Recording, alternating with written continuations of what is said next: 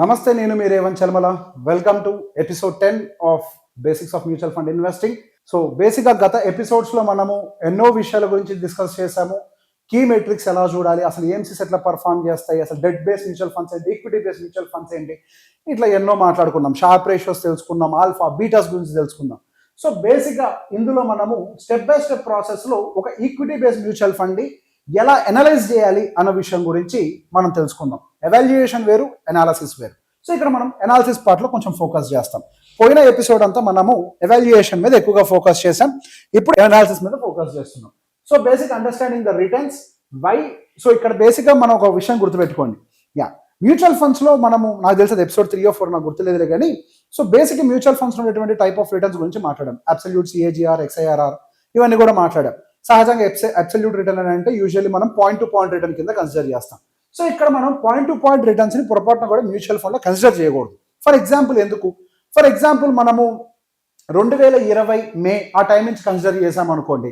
2020 మే నుంచి 2025 మే వరకు కన్సిడర్ చేస్తే, లేదా 2024 2025 మే వరకు కన్సిడర్ చేస్తే 5 year టైం ఫ్రేమ్ లో రిటర్న్స్ ఎక్కువగా కనపడతాయి.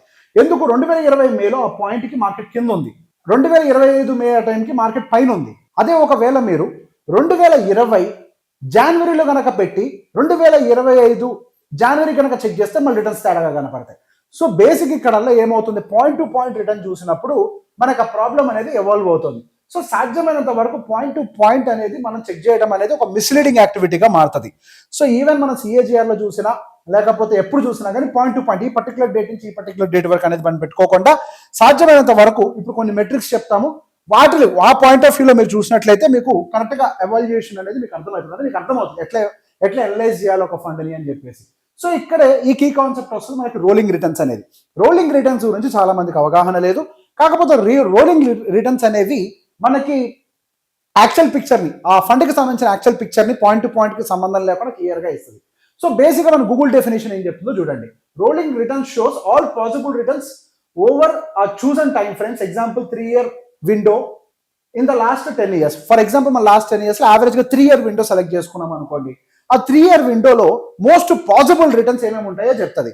సో ఇక్కడ మోస్ట్ పాసిబుల్ రిటర్న్స్ ఏం చెప్తుంది, అది మనకి ఎక్స్ట్రీమ్ కేసులో 37% రిటర్న్ రావచ్చు ఒక 3 year విండోలో, లేకపోతే ఒక -1% రిటర్న్ రావచ్చు. ఐదర్ ఎక్స్ట్రీమ్ లో మన ఫండ్ యొక్క రిటర్న్ డిపెండ్ అయ్యే అవకాశాలు ఉంటాయని చెప్తుంది. అలా కాకుండా యావరేజ్ రోలింగ్ రిటర్న్ ఉంటుంది, ARR అని అంటారు. యావరేజ్ రోలింగ్ రిటర్న్ ఏం చేస్తుంది అని అంటే, అది యావరేజ్ గా ఎంత రోలింగ్ రిటర్న్ కి ఇస్తుంది అనే విషయం చెప్తుంది. మీరు ఒక 10 year టైం ఫ్రేమ్ లో 2 year విండో కనుక సెలెక్ట్ చేసుకున్నట్లయితే మీకు యావరేజ్ రోలింగ్ రిటర్న్ 15% ఉందా, 14% ఉందా, 13% ఉందా అనేది కంపేర్ చేస్తుంది, చూపిస్తుంది అది. సో ఈ రోలింగ్ రిటర్న్స్ తో మీరు కంపేర్ చేసుకున్నప్పుడు మీకు బెటర్ గా అనాలిసిస్ అనేది జరగడం సాధ్యమవుద్ది. సో ఎప్పుడైతే మీరు రోలింగ్ రిటర్న్ ని షార్టర్ టైం ఫ్రేమ్ లో చూస్తారో అదొక మిస్లీడింగ్ యాక్టివిటీగా మారుతుంది. సాధ్యమైనంత వరకు రోలింగ్ రిటర్న్ ని లాస్ట్ 1 year 2 3 years తోటి రోలింగ్ రిటర్న్ ని కంపేర్ చేయొద్దు. లాంగర్ టైం ఫ్రేమ్ లో ఉన్నప్పుడే రోలింగ్ రిటర్న్ అనేది బెటర్ గా చూపించగలుగుతుంది. ఎందుకు? 1 to 3 years లో బుల్ మార్కెట్ ఉంటే బెటర్ గా చూపిస్తుంది. అలా కాకుండా యావరేజ్ గా 10 year విండోతో చూస్తే అప్పుడు మీకు ఆ రోలింగ్ రిటర్న్ అనేది కొంచెం ఎక్యురసీ తోటి బెటర్ గా చూపిస్తుంది. సో బెస్ట్ ఇక్కడ నెక్స్ట్ వచ్చేసరికి మన స్టెప్ 1 లో ఎవాల్యుయేషన్ లో, ఎనాలిసిస్ లో running the basic hygiene checks of your mutual fund. So ఇక్కడ ఏం చేస్తాం, ఫర్ ఎగ్జాంపుల్ గా చెప్తున్నాం, it is not any recommendation, we clearly return that there is no recommendations here. So basic ఒక Kotak emerging fund అనుకోండి. So basic అది ఒక mid cap కి సంబంధించింది. సో దాని యొక్క benchmark Nifty 50 total return index, TRA అని చెప్తాం కదా, always compare it with the TRA, not the exact index. So basic గా బెంచ్ మార్క్ వచ్చేసరికి Nifty 50 TRA, launch date XYZ. So దాని పోర్ట్ఫోలియో మిక్స్ ఏమేమి ఉంది, ఆ పోర్ట్ఫోలియోలో ఏమేమి మిక్స్ అయి ఉన్నాయి అంటే, లార్జ్ క్యాప్ ఎంత ఉంది, మిడ్ క్యాప్ ఎంత ఉంది, స్మాల్ క్యాప్ ఎంత ఉంది. మిడ్ క్యాప్ ఫండ్ అని అంటే మొత్తం మిడ్ క్యాప్ ఉంటుంది అనేది ఏం లేదు, వాళ్ళ ఒక 65% ఎంతో మిడ్ క్యాప్ పెట్టేసి మిగతాయి మాత్రం వాళ్ళ చాయిస్కి వదిలేస్తారు. లార్జ్ క్యాప్, స్మాల్, మిడ్ ఏదైనా పెంచుకునేటువంటి ఇది వాళ్ళకు ఉంటుంది. సో ఫస్ట్ స్టెప్ లో మనకి ఏమవుతుంది అని అంటే, ఈ ఫండ్ కి సంబంధించినటువంటి బేసిక్ ఐడెంటిఫికేషన్స్ మనం చేయగలుగుతాం. సో స్టెప్ 2 లో ఏం చేస్తాము, ఎక్స్పెన్స్ రేషియోస్ కి సంబంధించిన అనాలిసిస్ చేస్తాం. సో బేసిక్ గా ఎక్స్పెన్స్ రేషియోస్ విషయంలోకి వచ్చేసరికి, ఎక్స్పెన్స్ రేషియో ఎక్కువ ఉంటే తీసుకోకూడదు, ఎక్స్పెన్స్ రేషియో తక్కువ ఉంటేనే తీసుకోవాలని చెప్పేసి కొన్ని మాట్లాడుతూ ఉంటారు. సో దీంట్లో క్లారిటీ ఇవ్వాలనుకుంటున్నాను. సహజంగా ఏదైనా ఫండ్ కొత్తగా స్టార్ట్ అయినప్పుడు ఎక్స్పెన్స్ రేషియో ఎక్కువ ఉంటుంది. ఎందుకు? దాని అసెట్ అండర్ మేనేజ్మెంట్, దాని ఫండ్ తక్కువగా ఉంటుంది కాబట్టి ఎక్కువ ఎక్స్పెన్సెస్ కలెక్ట్ చేసిన ఫండ్ని రన్ చేయగలుగుతారు. సహజంగా మనకి ఎప్పుడైతే దాని యొక్క ఫండ్ వాల్యూ అంటే AUM గ్రో అవుతుందో అప్పుడు సహజంగా ఎక్స్పెన్స్ రేషియోని తగ్గిస్తారు. సో ఎక్స్పెన్స్ రేషియో అనేది ఎవరికి నచ్చినట్టుగా వాళ్ళు పెట్టుకోవడానికి లేదు, ఇది సెబీ గైడ్ లైన్స్ ప్రకారం మాత్రమే జరుగుతోంది. ఒక ఏఎం క్రాస్ చేస్తే ఇంత ఎక్స్పెన్స్ రేషియోనే ఉండాలి అని ఒక గైడ్ లైన్ ఉంటుంది ప్రతి ఒక్క దానికి కూడా. సో సహజంగా మనం ఏం చేస్తాం, పెద్ద ఫండ్ అయితే తక్కువ ఎక్స్పెన్స్ రేషియో ఉంటుందని వాటిని పిక్ చేస్తాం. కానీ ఇక్కడ పెద్ద ఫండ్లోకి వెళ్ళినప్పుడు మనకి లిక్విడిటీ క్రైసిస్ వస్తుంది. అంటే వాళ్ళు ఫర్ ఎగ్జాంపుల్ 1,00,000 కోట్లు మెయింటైన్ చేస్తున్నటువంటి ఒక ఫండ్ అనుకోండి, వాళ్ళు 1% ఫండ్ 1% ఒక స్టాక్ నుంచి తీసి ఇంకో స్టాక్ లో పెట్టాలంటే 1000 కోట్ల ట్రాన్సాక్షన్ చేయాలి. సో లిక్విడిటీ ఇష్యూస్ వస్తాయి. అందుకే మీరు గమనిస్తే ఏ ఫండ్ అయినా దాని బిగినింగ్ లో పర్ఫార్మెన్స్ చేసినంతగా అది ఎదిగిన తర్వాత చేయలేదు. అది ఫండ్ మేనేజర్ తప్పు కాదు, స్ట్రాటజీ తప్పు కాదు, లిక్విడిటీ ఇష్యూస్ రేజ్ అవుతూ ఉంటాయి. సో దానికోసం ఏం చేస్తారు, లిక్విడిటీ కన్సర్న్స్ ని హ్యాండిల్ చేయడం కోసం లార్జ్ క్యాప్ ఎక్స్పోజర్ లో అయితే కనుక ఎక్కువ లిక్విడిటీ ఉంటుందని అటువైపుగా పరిగెత్తడానికి మొదలు పెడతారు. అటువంటి టైంలో మనకి సహజంగానే కొంత ఎక్స్పెన్స్ రేషియోస్ అనేవి తగ్గిపోతాయి. ఎందుకంటే ఏఎం పెరిగింది, రిటర్న్స్ తగ్గుతాయి, ఎక్స్పెన్స్ రేషియోస్ తగ్గుతాయి, రిటర్న్స్ తగ్గుతాయి. అంటే మనకి గతంలో వచ్చినంత అగ్రెసివ్ రిటర్న్స్ కనపడవు. సో బేసిక్ ఎక్స్పెన్స్ రేషియోస్ విషయంలోకి వచ్చేసరికి మనకి 2 కేటగిరీస్ ఉంటాయి. DIY, do it your self, direct mutual funds, వాటికి ఎక్స్పెన్స్ రేషియోస్ తక్కువగా ఉంటాయి. రెండవది regular mutual funds. Regular mutual funds లో ఎక్స్పెన్స్ రేషియో ఎక్కువగా ఉంటుంది. మీకు ఒక అడ్వైజర్ ఉన్నట్లయితే ఆ అడ్వైజర్ కి మీకు మధ్యలో ఎటువంటి ఫైనాన్షియల్ ట్రాన్సాక్షన్ జరగకూడదు. సో దానికి కానీ ఏం చేస్తారు, మరి అడ్వైజర్ మీకోసం పనిచేస్తున్నందుకు రెగ్యులర్ మ్యూచువల్ ఫండ్ లో నుంచి వాళ్ళకి కమిషన్ పే చేస్తారు మీకోసం వర్క్ చేస్తున్నందుకు. సో మీకు గనక పూర్తిగా మార్కెట్ మీద, మ్యూచువల్ ఫండ్ చరిత్ర మీద, మ్యూచువల్ ఫండ్ పర్ఫార్మెన్స్ మీద, మార్కెట్ అనాలిసిస్, ఎకనామిక్ ఇష్యూస్ అన్నిటి మీద అవగాహన ఉంటే మీరు ఒక డిఐవై ఇన్వెస్టర్ లాగా మీరు డైరెక్ట్ మ్యూచువల్ ఫండ్ కొనుక్కోవచ్చు. అలా కాదు, నా ఫండ్ వాల్యూ పెద్దది, లేదు నాకు కొత్త, నాకేం తెలియదు, ఇవన్నీ రిస్కులు ఉన్నాయి అనుకోండి, బెస్ట్ మీకు ఎప్పుడైనా సరే రెగ్యులర్ బేస్ మ్యూచువల్ ఫండ్ అంటే అడ్వైజర్ తోటి ఉండేటువంటి మ్యూచువల్ ఫండ్ మీకు బెటర్గా వర్క్ చేసే అవకాశాలు ఉంటాయి. అండ్ నెక్స్ట్ వచ్చేసరికి always assessing the risk and the volatility. So morning star లాంటి వెబ్సైట్స్ లోకి వెళ్ళినట్లయితే మీకు రిస్క్ అండ్ వాలటాలిటీకి సంబంధించినటువంటి కీ మెజర్స్ ఉంటాయి. సో స్టాండర్డ్ డీవియేషన్ కి సంబంధించి ఇందాకటి ఎపిసోడ్ లో మనం మాట్లాడుకుందాము. అదే విధంగా మనం షార్ప్ రేషియోస్ కి సంబంధించి కూడా ఇందాకటి ప్రీవియస్ ఎపిసోడ్ లో మనం మాట్లాడుకున్నాం.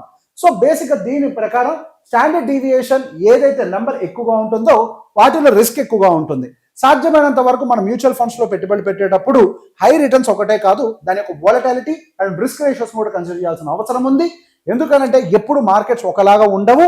ఆ ఫండ్ యొక్క బిహేవియర్ యూజువల్లీ కనుక సాలిడ్ గా ఉంది అనుకోండి, అంటే వాలటైల్ గా ఉంది అనుకోండి, మీ అవసరాలు అనేవి ఎప్పుడు వస్తాయో తెలియదు. లోవర్ సైడ్ వాలటాలిటీ ఉన్నప్పుడు కనుక మీ అవసరం వస్తే ఇబ్బంది పడతారు. కాబట్టి స్టాండర్డ్ డీవియేషన్ అనేది సాధ్యమైనంత వరకు తక్కువ ఉండాలి. అండ్ షార్ప్ రేషియో సాధ్యమైనంత వరకు ఎక్కువగా ఉండాలి. ఇది రిస్క్ అడ్జస్టెడ్ రిటర్న్ ని కొలుస్తూ ఉంటుంది, కొలబద్ద లాంటిది మనకి. సో ఎంత రిస్క్ కి ఎంత రిటర్న్ ఇస్తుంది అన్న ఒక విషయాన్ని ఇది చెప్తుంది. కాబట్టి మనకు రిస్క్ రేషియో ఎక్కువ ఉండేలాగా చూసుకోవాలి, రిస్క్ అనాలిసిస్ కూడా చేయాలి.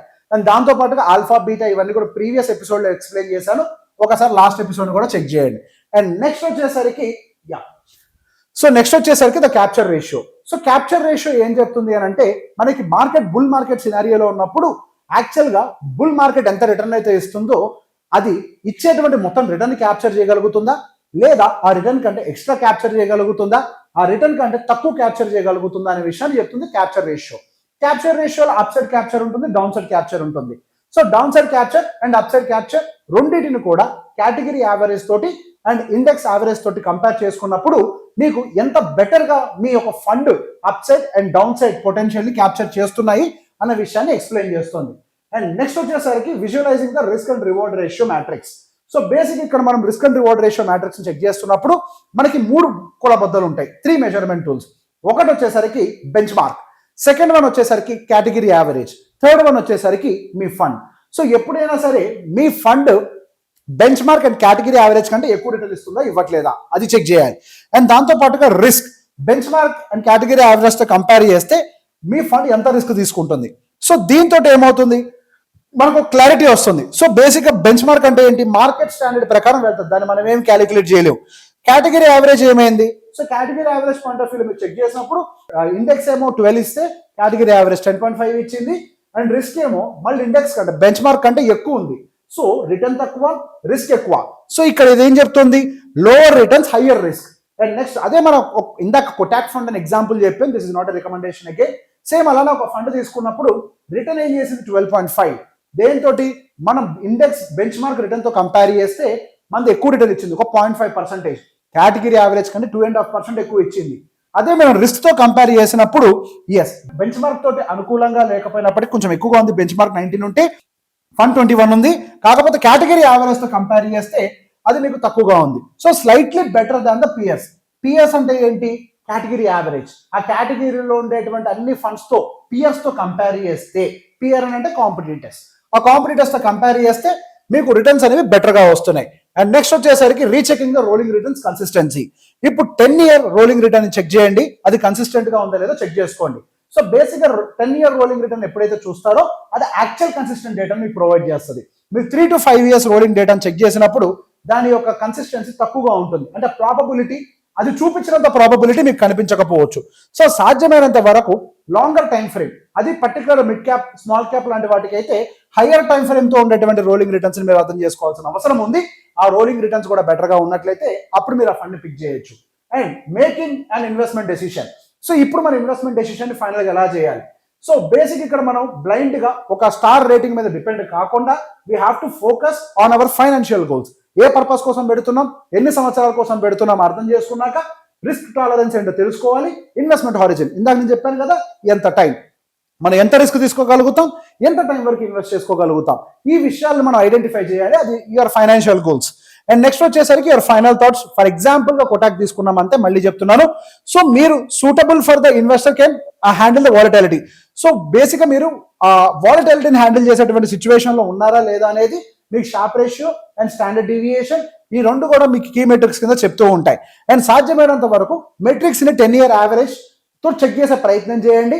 చాలా ఫండ్స్ రీసెంట్ గా వచ్చాయి కాబట్టి దాని highest time frame minimum 5 years ఉంటే 5 years చూడండి. లోవర్ టైం ఫ్రేమ్ లో ఉండేటువంటి మెట్రిక్స్ తో కనుక మీరు చెక్ చేసినట్లయితే మీకు బెటర్ గా ఏమి కనిపించాలి, అంటే మీకు బెటర్ అసెస్మెంట్ అనేది రాదు. అండ్ నెక్స్ట్ వచ్చేసరికి ద బెస్ట్ ఫండ్ సెలెక్ట్ చేసుకునేటప్పుడు the best fund is on that okay align. Okay, so final గా బెస్ట్ ఫండ్ సెలెక్ట్ చేసుకునేటప్పుడు మీరు సో డిఫైన్ యువర్ గోల్స్. ఇందాక నేను చెప్పినట్టుగా మీ గోల్, సో బేసిక్ గా మీ గోల్, మీ ఫండ్ ఆబ్జెక్టివ్, ఈ రెండు కూడా ఇన్లైన్ గా ఉన్నాయో లేదో చెక్ చేసుకోండి. అండ్ మీరు రీసెర్చ్ చేసేది చాలా తరోగా చేయాలి. ఏదో పైన ఎమోషన్స్ తోటి, హర్ట్ బయాస్, వాళ్ళు వీళ్ళు చెప్పారనో, ఫెమిలియారిటీ బయాస్, ఈ ఫండ్ నాకు తెలుసనో, వీటితోటి కనుక ఇన్వెస్ట్మెంట్లు పెడితే దెబ్బ తగులుతుంది. And always assess your risk. Me risk tolerance ఎంత? ఒకవేళ మార్కెట్ 10% పడితే మీరు ఏం చేస్తారు, 20 పడితే ఏం చేస్తారు, 50 పడితే ఏం చేస్తారు, మీకు మీరే రాసుకోండి. సో బేసిక్గా మీరు రాసుకున్నప్పుడు అందులో చూపించేటువంటి రిస్క్ లెవెల్స్ కనుక మీకంటే ఎక్కువగా ఉంటే ముట్టుకోకండి.